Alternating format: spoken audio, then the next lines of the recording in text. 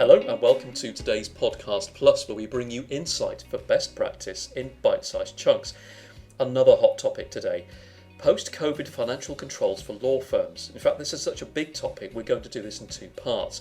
Today we're talking about financial stability. My name's Neil Partridge, I'm the Operations Director at PDA Legal and a Lexel Assessor. I'm joined today by Paul McCluskey. Paul's also a Lexel Assessor, but was also the UK Head of Professional Practices for one of the big four banks. Paul, what are you coming across in legal practice at the moment? Hi Neil, the one thing that I probably think about quite a lot is that we seem to be facing the perfect storm. You know, there's an economic fallout from the global pandemic, obviously. Fears of the second spike. If you listen to the radio every day, you know, you wonder whether the second spike is on the way. Rising redundancy, government support is coming to an end, notes on reduced fee income.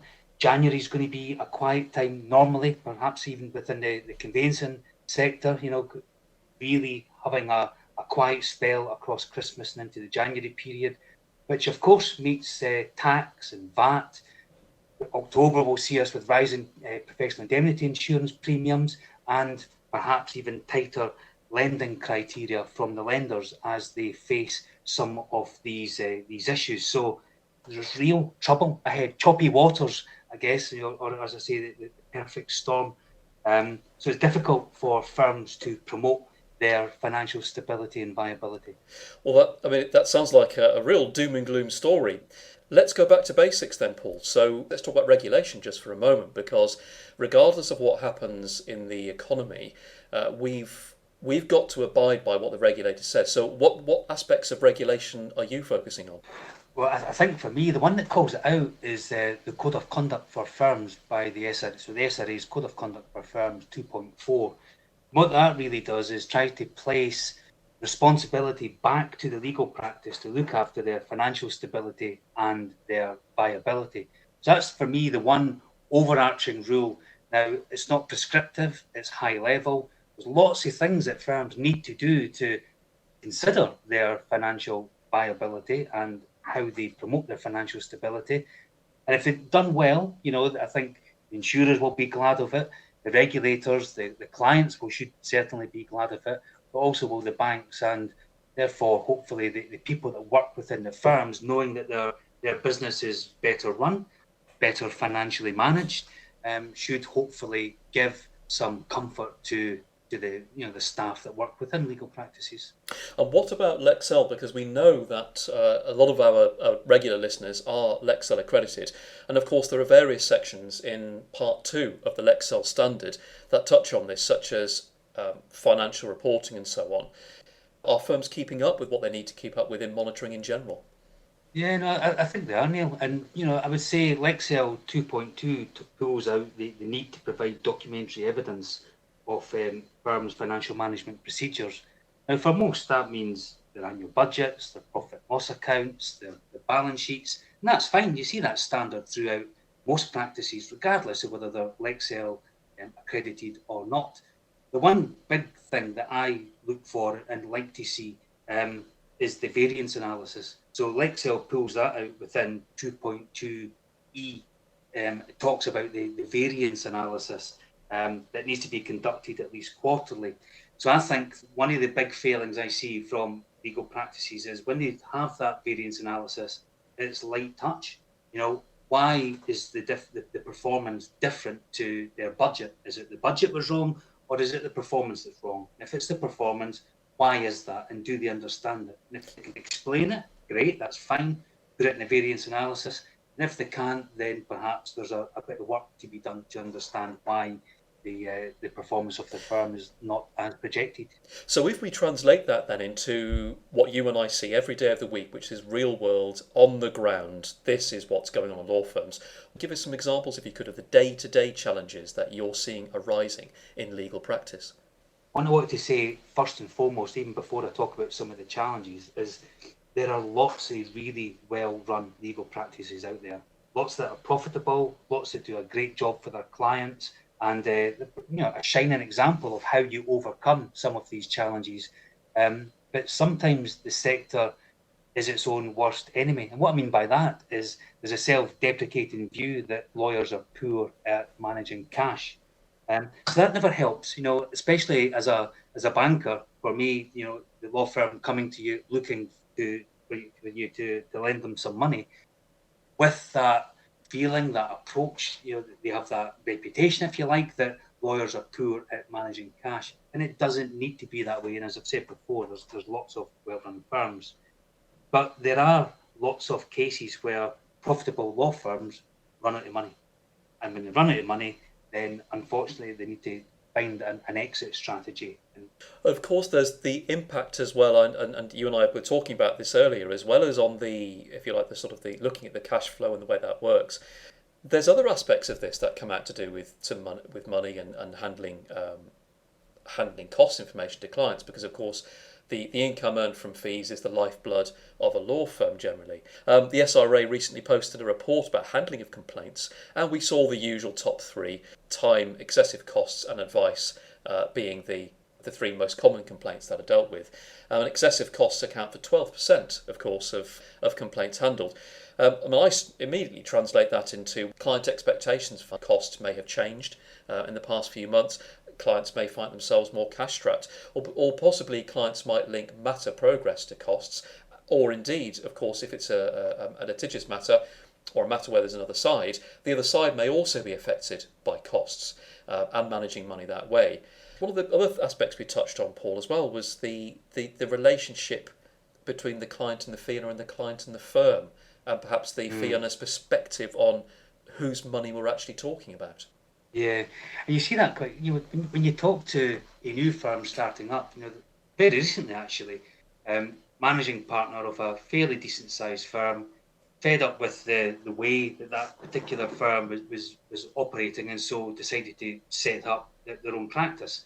Um, and in the discussions with them, one of the key things we were talking about was exactly that. The client is a client of the firm, not a client of the fee earner. Therefore, keeping that client engaged and happy with every single aspect of the service, making sure the client is shared amongst other departments within the business. Is there opportunities to cross-sell? There are opportunities to answer any of the future life events of that particular client and their families.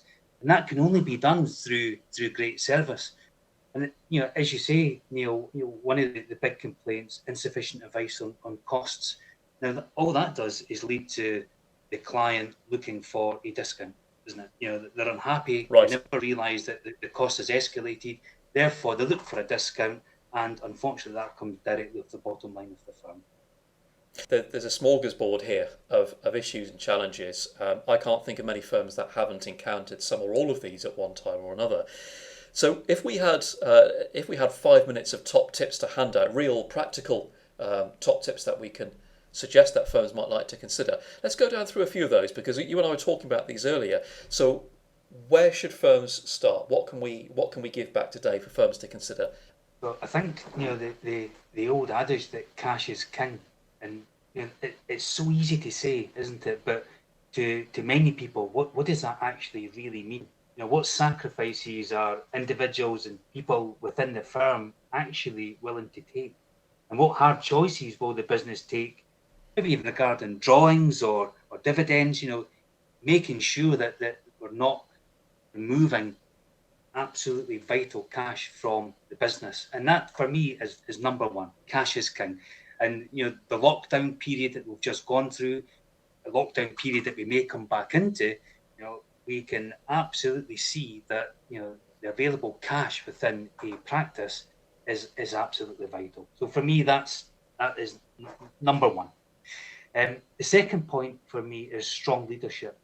Now, I think when you look at a legal practice that has a strong finance director, and a strong finance director that has a strong hand to make the relevant changes that they want to make because they're backed by the board, it is incredibly powerful to see that legal practice grow from strength to strength, because you can recruit finance experts into the business, but if they're not supported, then it's not going to work. It's just going to collapse. So I think cash is king, strong leadership, and actually a gap analysis. So, we were talking before about Lexcel in 2.2, looking at gap analysis. I think for me, understanding where you are now, where you want to be, how you'll get there, and then where will you go after you've actually got there is really crucial. And you need to do that through smart objectives. So let's look. So can we look at those in detail then? Because we've highlighted a couple of other things to cover here. Then, so what other actions then could practices be taking? What sort of reviews could they be doing right now? I think there's two simple ones. One's the financial benchmarking survey, and there's various different organisations that will offer them through your accountant, other banks, for example. But if you look at the LMS, the Law Management Section Financial Benchmarking Survey, it's a great place to start. You will punch in the various financials associated with your business, and that will throw back the performance, so you will understand how you compare to the average. So you will then know what does good actually look like. That's fine for the financials, the numbers. The second thing is a financial stability scorecard, which I've developed one of those, and that pulls out the behaviours that are behind the kind of the cultural approach to finance. So for me, that's two really, really great resources that will help a firm understand where they are, and if they know where they want to be, then between both of those resources, they'll be able to plan their journey, plan how they get there. So that gives us our overview. Anything sort of day to day then? When I say day to day controls, I mean day to day, week to week. But any sort of maybe 4 or 5 key tips of things to consider on a very regular basis. I think training, and more training is probably quite crucial. Yes.